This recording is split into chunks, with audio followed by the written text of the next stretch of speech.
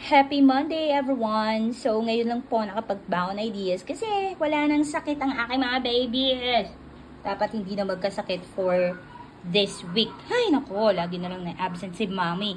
So, for this day, they're going to have their ham. Iyan, para yan kay Schweitzel. And fried chicken. Actually, dapat fried chicken ang kanilang baon today.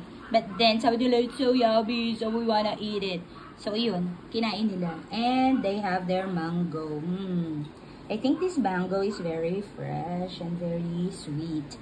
At hindi makalimutan ang rice ni mommy. But for Shwari, ayan, may ham siya. But then, kinain niya na talaga guys lahat, no, ng kanyang chicken. Kasi sarap-sarap daw. Kaya pinabaunan siya ni mommy ng fried blue marlin. Ayan. Masarap yan. And of course, meron din siyang mango. But for their snacks, ayan, ang walang kamatayang mac and cheese. And kanina, I grilled sa oven ng sandwich. This is a mini sandwich. Meron siya sa loob na Nutella. That's really very yum.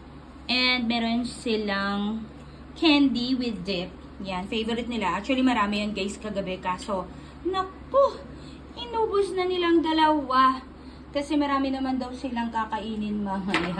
Ayan, kung nakita nyo, merong vacant si Shwari. Kasi meron silang mini crunch. Ayan. Ito talaga, favorite talaga to. So, ang isa, ano ba itong flavor na to? Choco Crunch. At ang isa naman ay cereal jar, cookies and creams. Naku, kung hindi pa sila mabubusog nito, ewan ko lang guys, ha. Talagang pagod na si mommy sa mga basher ko dyan. Kung naalam nyo lang kung gaano kahirap i-prepare to, si mommy talaga ay gumigising ng maaga para sa kanyang mga mahal na mga daughters. It's very hard to become a working mom, but then dahil mahal na mahal ko ang aking mga babies, lagi silang mayroong special baon from mommy na made with love. So there you have it guys.